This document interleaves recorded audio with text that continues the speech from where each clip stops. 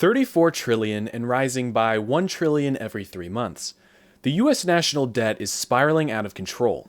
To put this into perspective, with $34 trillion, you could buy 280,000 Boeing 737s, 1.3 billion Honda Civics, or enough ballpark hot dogs to wrap around the earth 21,000 times.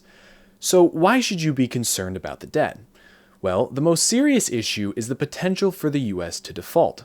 The current rate of debt is unsustainable, and if the US defaulted, similar to bankruptcy on a global scale, there would be a sharp increase in interest rates and a significant loss of confidence in the US dollar.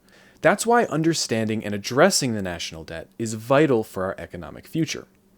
So we now know about the debt crisis and the problems that it can create, but why exactly has this been happening? Well, every year the government makes money, mostly from taxes on citizens and corporations.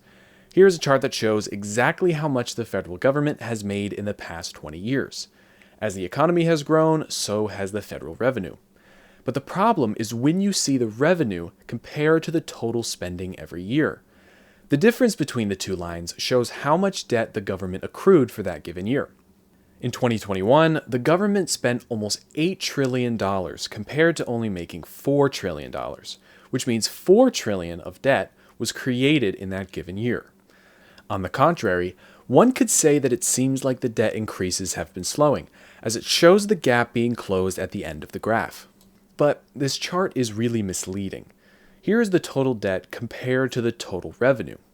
If it looks like the increases in federal revenue are minuscule compared to the growth of debt, that's because they are.